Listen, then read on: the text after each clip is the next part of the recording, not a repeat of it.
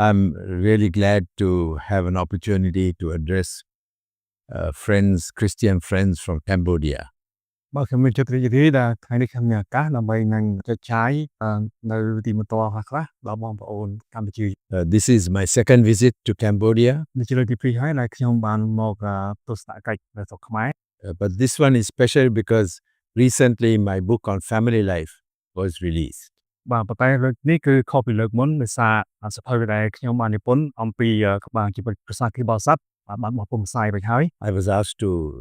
share some words of testimony for me,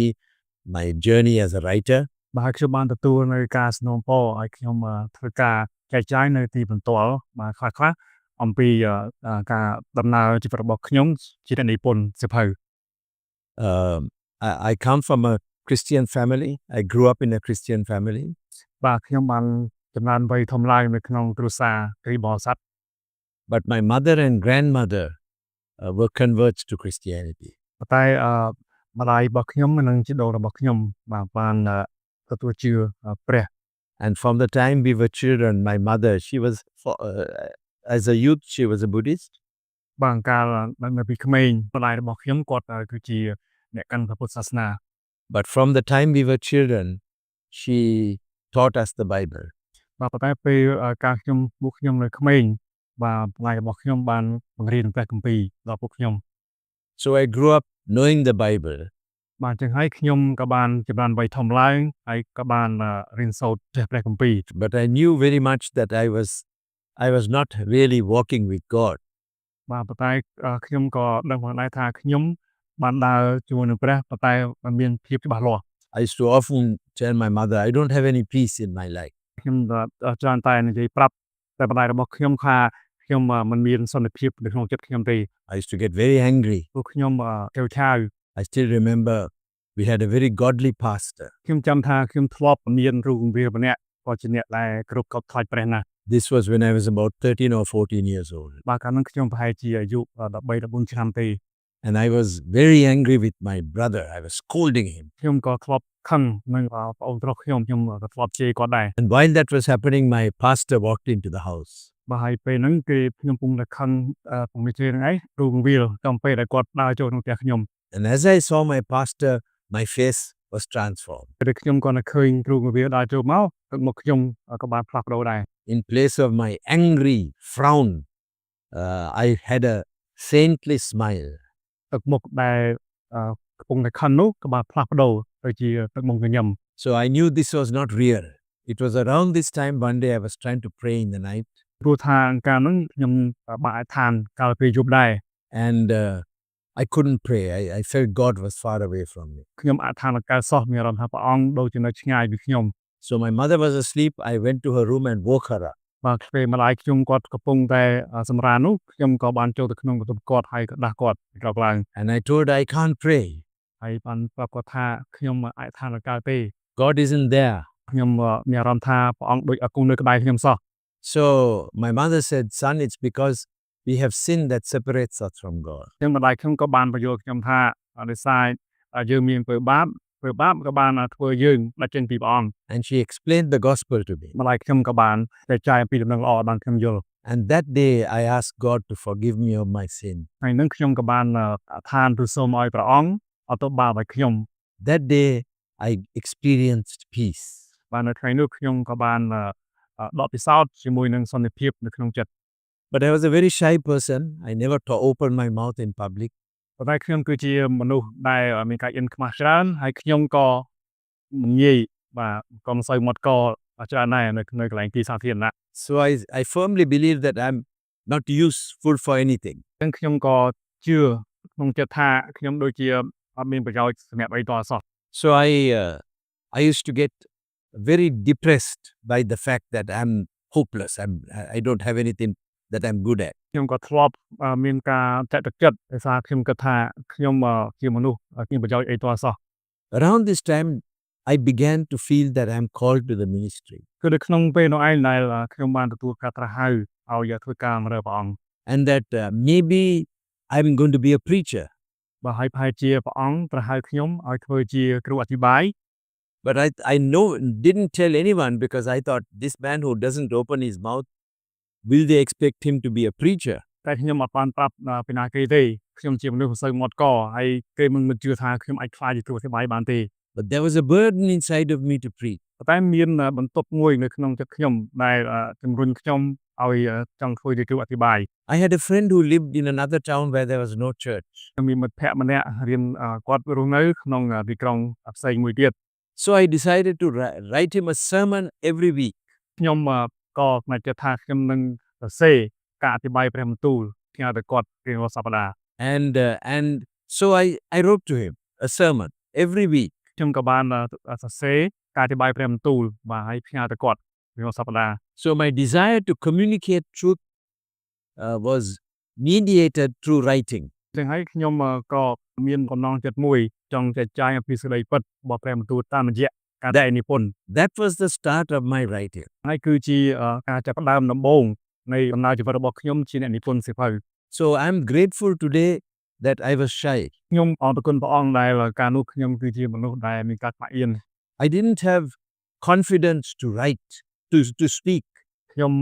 កាលនោះអត់មានទំនុកចិត្តថាខ្ញុំអាចសរសេរឬក៏អាច But God ចៃបានទេ led me to write. បាទប៉ុន្តែព្រះអង្គបានដឹកនាំខ្ញុំឲ្យធ្វើការតែងនិពន្ធ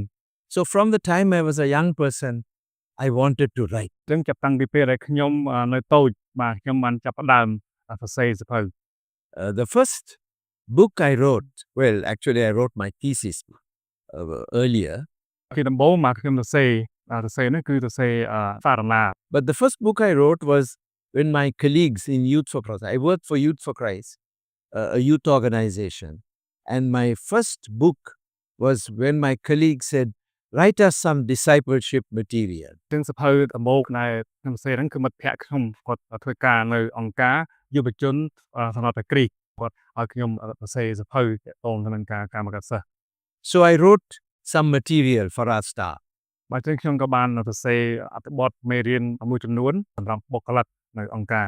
I was at a conference and I met a friend and I thought I'd give him a copy of this material. ខ្ញុំក៏បានចូលរួមនៅសន្និសីទមួយខ្ញុំក៏បានចែកនៅមេរៀនទាំងអស់ថ្ងៃដល់មិត្តភក្តិខ្ញុំ So I gave him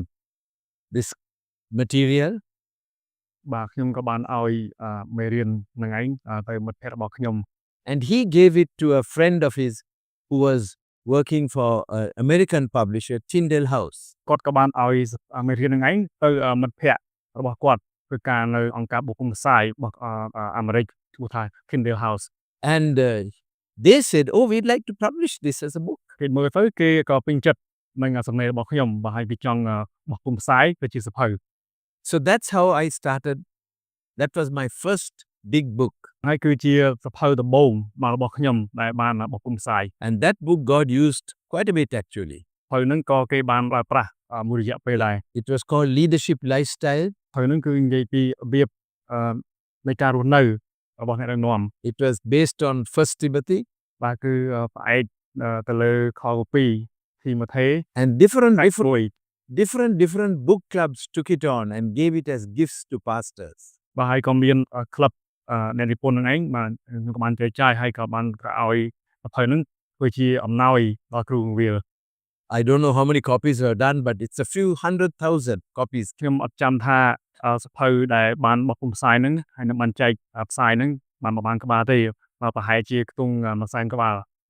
In my early years of ministry, one of the big problems in the church in Sri Lanka was it was a city church. កាលខ្ញុំលូតលាស់ដំបូងក្នុងជីវិតជាគ្រីស្ទបរិស័ទបញ្ហាមួយរបស់ពួកជំនុំនៅប្រទេសស្រីលង្កាគឺពួកជំនុំមានការប្រមូលផ្ដុំទៅតាមទីក្រុង